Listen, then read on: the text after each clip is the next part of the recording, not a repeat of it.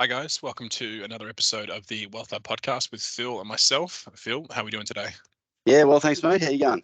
I am well. Happy Queensland Labor Day. Thank you for Yeah, joining us. thanks very much. No worries. Yeah, beautiful day. It's yeah, not too much going on, which is good.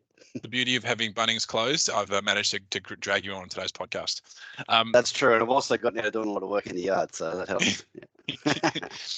So people are always talking to us about money growth, and one of the key elements to that is actually managing your own money from a cash flow perspective. The reason why it's such a painful topic is because it's almost like managing a diet plan. We all know we should do it, but we never actually do it. So we're actually going to talk about the hard stuff today. So Phil, over to you. Let's go through your thoughts on cash flow money management.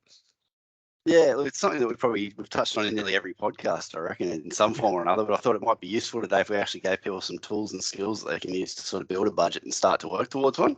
So I thought that's what we'd touch on.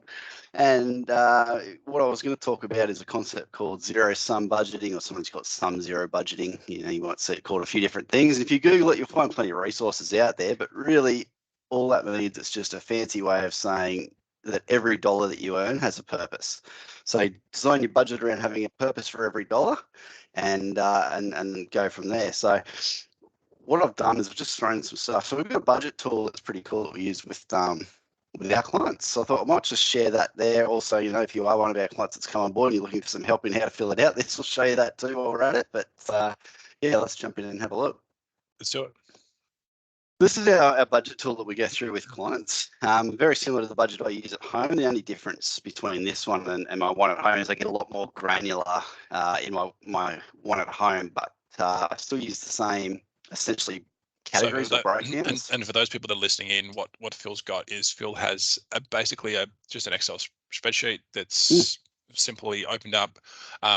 We've got our clients have access to this, but there's lots of available ones around. It's got on the left hand side, it has got your names, then it's got how often you want to categorize your expenses. Some people think about their expenses on a fortnightly basis. Other people think about their expenses on a monthly basis, and I am a bit of an odd one. I think about my expenses on an annual basis. So you can trigger all of those options.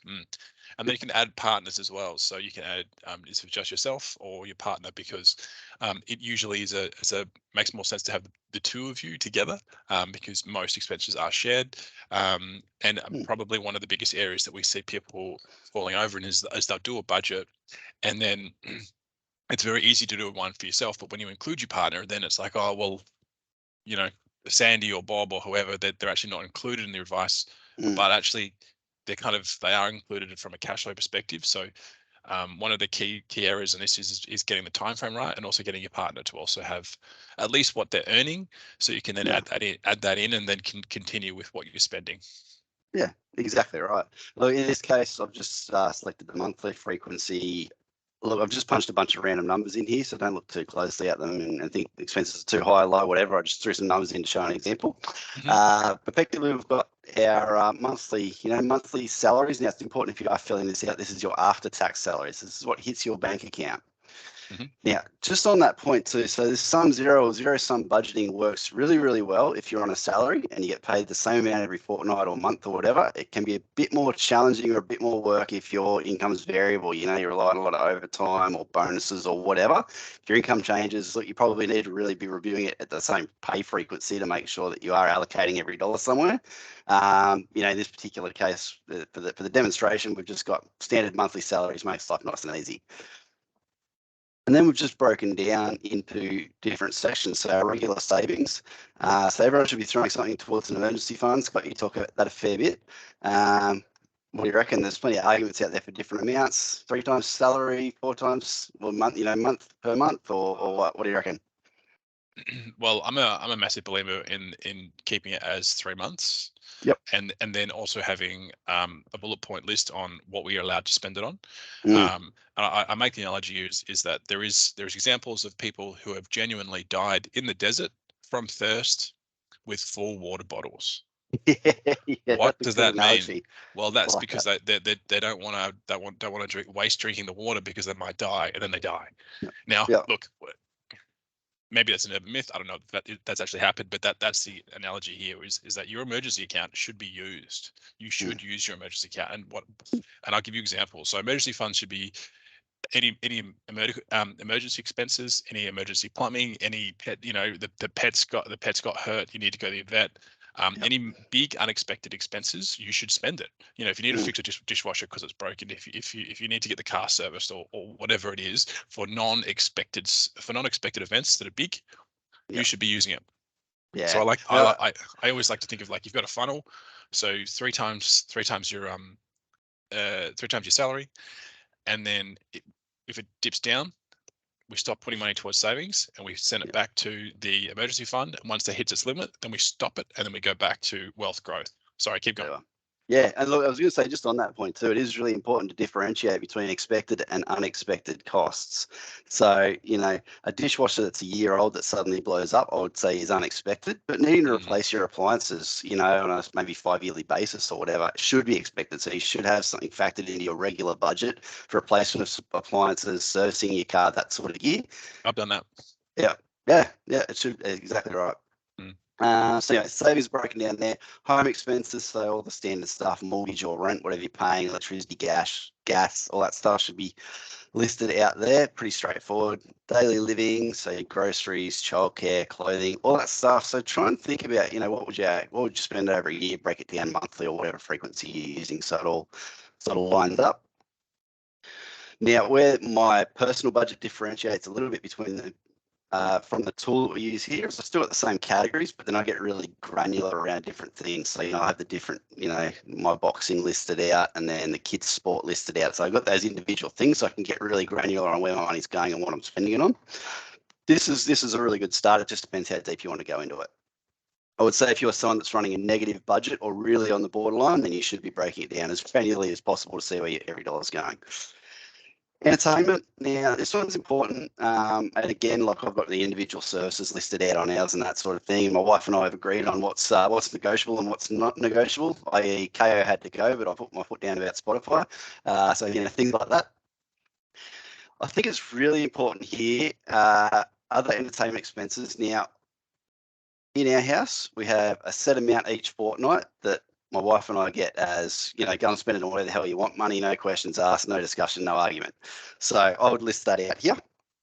Why I think that's really important, I'll go back to the diet analogy that you used earlier, Scott, but, if I try and stick to a 100% clean diet and I only eat super healthy, I'm great for 4 days and then I go and smash the biggest meal I can find at KFC.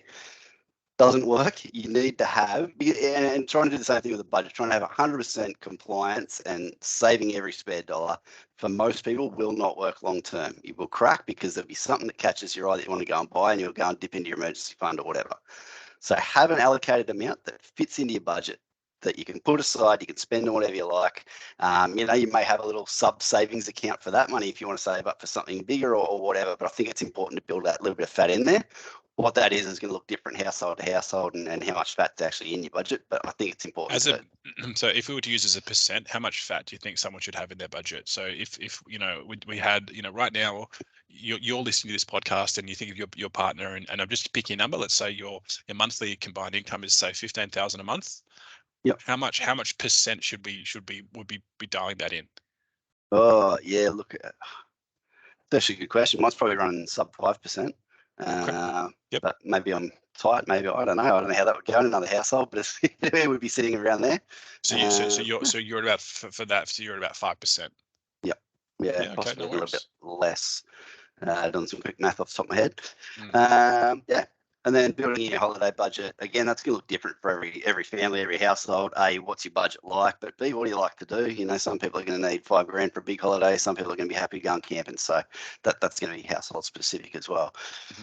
So the idea of this is to go through, allocate everything you've got, and then have a look at how it all breaks down. So what we're looking at here, the number here is total surplus left over after everything in this list is paid. And that includes my savings. My surplus, including my savings this year. Really? Now, that's not my actual surplus. I wish it was, but this is, again, just because I've thrown some random numbers in a spreadsheet. Now, the idea, if you're looking at this zero-sum budgeting, the idea is this number here should be zero in total surplus. So if I've gone and completed this whole budget, every dollar should be allocated. So if I've now found myself that I've got a 44 grand annual surplus, well, first I'm going to have a little bit of a party, but then I'm going to look at what am I doing with that money. So I'm either allocating it to further savings, or maybe I've been a bit tight in some of these areas because I've been focused on trying to save money, and now I can realize I can start to free stuff up a bit. Or maybe it's going to that personal budget, go and spend what you want, no questions asked money, whatever. But it should all be allocated. This should be zero. Now, if this is negative or zero to begin with, that's where we probably need to start digging a bit deeper. So if that's zero and you've got no savings, or it's negative, then that's where you really need to start Phil, getting I'll granular. just jump in. Sometimes we find people that get a little aggressive when they're going through their expenses, and they overestimate their expenses too. So if you do this tool and you find yourself, you're like well and truly in the negative, you might have overestimated how much you're spending on some things. So being realistic as well when we're doing this type of budget is important. Try and literally look at open your bank account statements and get a sense on where you're at.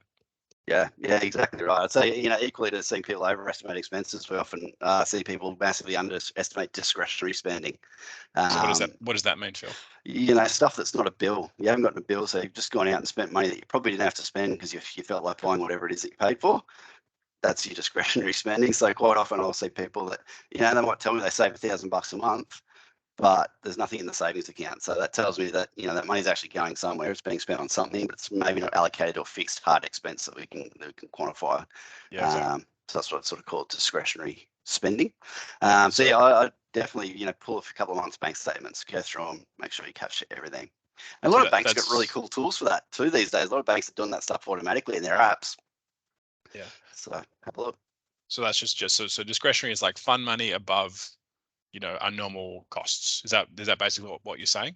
Yeah, that'd be a good way to put it. Or it could even just be all those, we've spoken about this a few times, but those mindless, the old mindless scrolling and buying something online, or the tapping the card without really thinking about it, kind of mindless purchases that maybe you didn't really need that you just did without thinking.